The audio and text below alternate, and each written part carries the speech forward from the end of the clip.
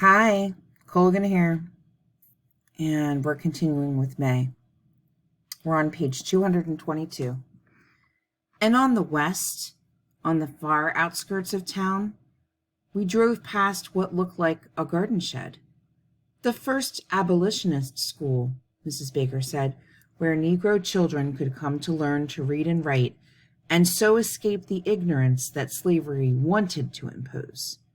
Right there, Holling, is the true beginning of the end of slavery. I never knew a building could hold so much inside. On a bright blue day, when there wasn't an atomic bomb on any horizon, when the high clouds were painted onto blue canvas, when tulips were standing at attention, and azaleas were blooming, except for the ones in front of the perfect house, and dogs were barking at all the new smells, I saw my town as if I had just arrived. It was as if I was waking up.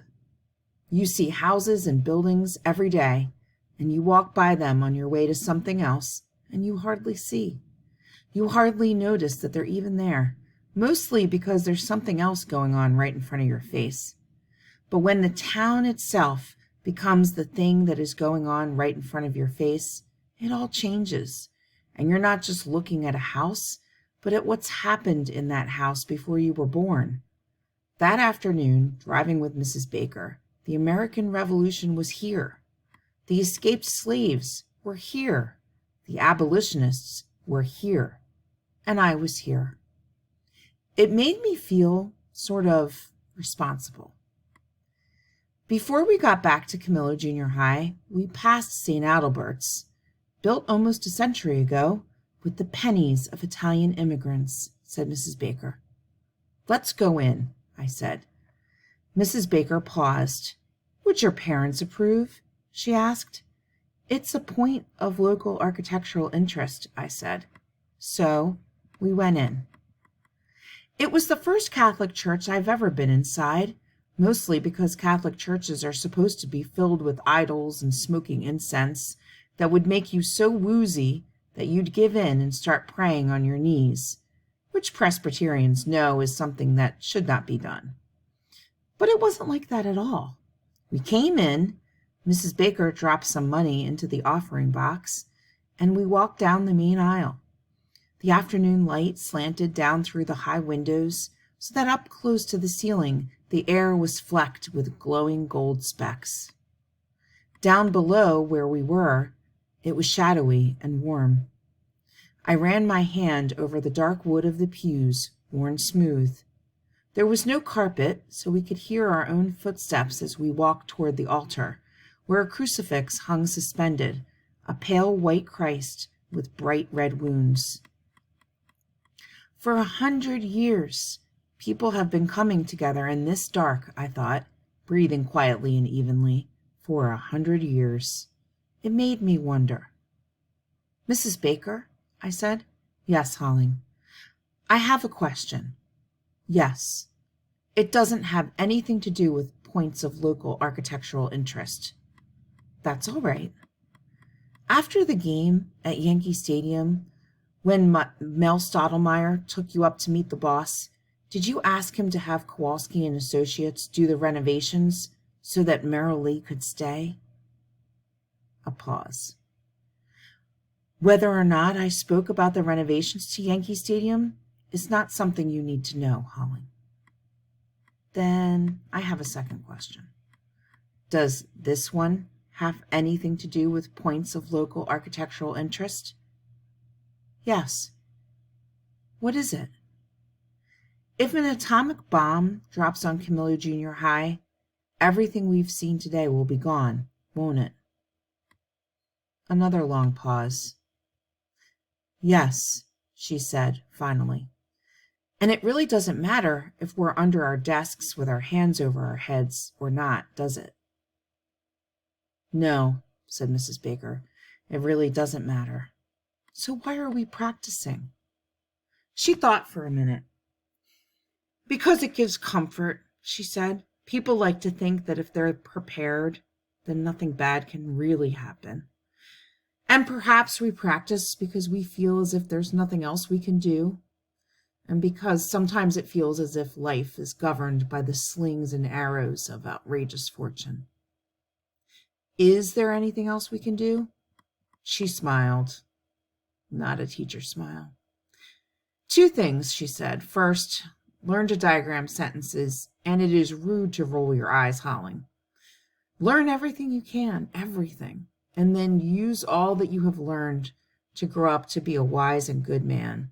That's the first thing. As for the second,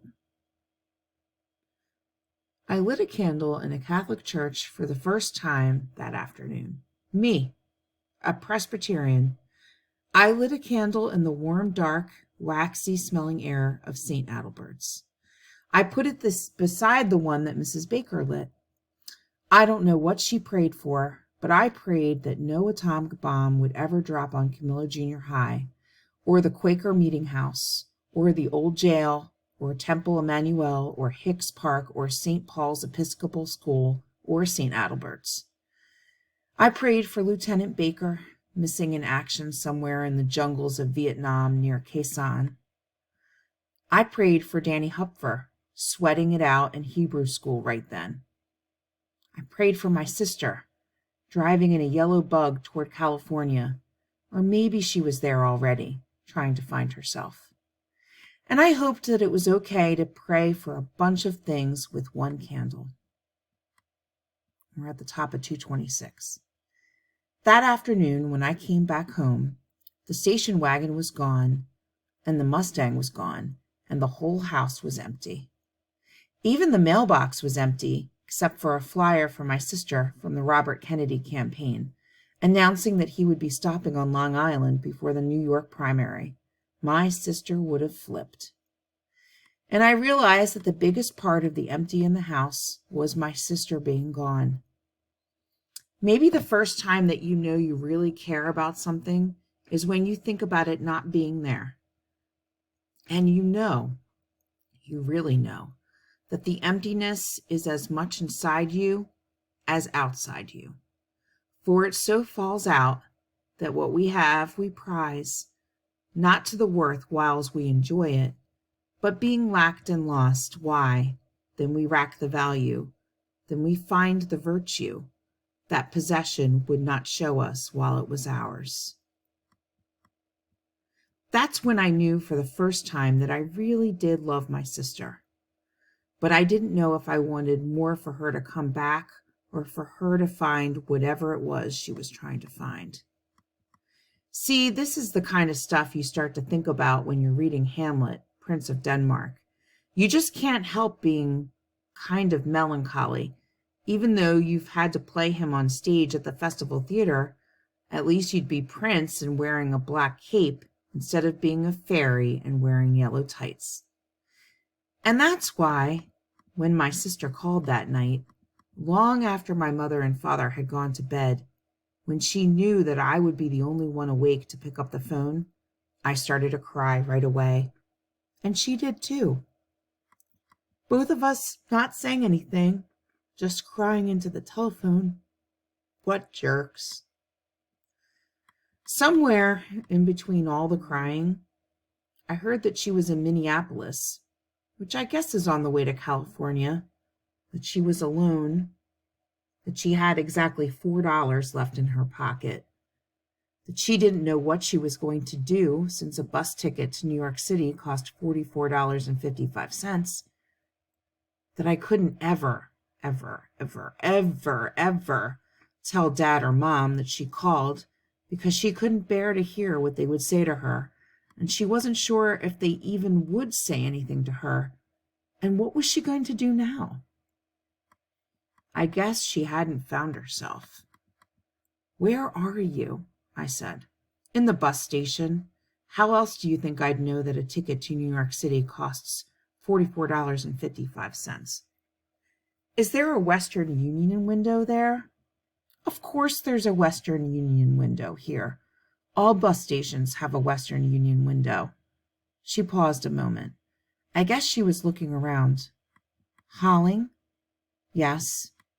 "I don't see a Western Union window here." The operator told us that we were almost out of time and we should deposit 35 cents for another 3 minutes. I don't have any more coins, yelled my sister. Go to the nearest Western Union station tomorrow morning, I said quickly. Then the phone went dead, all because of a stupid 35 cents in coins. Like Bell Telephone was going to go bankrupt because of one phone call from Minneapolis to Long Island in the middle of the night. I didn't know if my sister had heard what I'd said at the end, but the next morning, I was waiting outside the Commerce Bank on, I'm not kidding here, Commerce Street when it opened at 10 o'clock. This may not sound like a big deal, but if you knew that Commerce Street was only a block over from Lee Avenue and that I'd been hiding from eyes that would have wondered why I wasn't in Camillo Junior High for the last hour, you'd be impressed. I handed my $100 Salisbury Park savings bond to the teller. Aren't you supposed to be in school? She said. I'm a little worried that an atomic bomb might drop on it, I said. Probably the school will make it through the day, she said. What do you want to do with this bond? I need to turn it in for cash. She looked at the date. If you turn it in for cash now, you'll only get $52. If you hold on to it, in just a few years, it will be worth $100. I don't have a few years, I said. Because of the atomic bomb? No. She turned the savings bond over and looked at it again. Do your parents know that you're cashing this in? Yes, I said. I know. You don't have to tell me. The teller fingered the savings bond. All right, she said finally. $52. I hope you're going to do something worthwhile with the money. I nodded, and she counted the bills out onto the counter. Further down on Commerce Street was the Western Union. I put the money up on the counter. I need to send all this cash to Minneapolis, I said. It's going for a visit, is it? Said the Western Union man. This was worse than a teacher joke. This was even worse than a nurse joke. I need to send it to my sister. The Western Union man counted it out. That's a lot of money, he said. Where are you sending it exactly? To the Western Union closest to the Minneapolis bus station. Huh, he said. He pulled out a directory and thumbed through it. It took about a half an hour before he found Minneapolis. Well, he said slowly, taking his glasses off, looks like they've got 2 bus stations. There's one on Heather Avenue, and there's one on LaSalle. Heather Avenue, I said. Send it to the one on Heather Avenue. The Western Union man put his glasses back on. It'll cost you $1.75, he said. Fine. And what's the name of the recipient?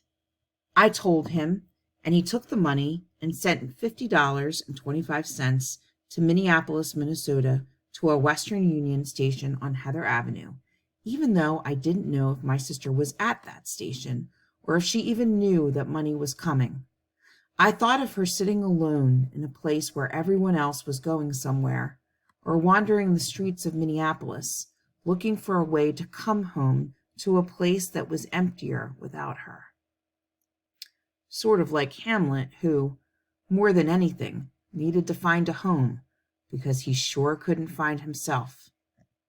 I spent the afternoon hiding around town, which is not easy, since this isn't that big a town, and it would take a whole lot less than an atomic bomb to make it disappear. And since anyone who saw me might tell the Chamber of Commerce businessman of 1967 or Mrs. Baker, and if either of them heard, well, put me under that bomb. And we're on the top of page 230. I waited for a call from my sister that night, but it didn't come until late Friday night from Chicago. On the way. On Saturday morning, I told my parents at breakfast that my sister would be at the Port Authority in New York at 10:50 that morning. They looked at me like I had just chanted Hebrew.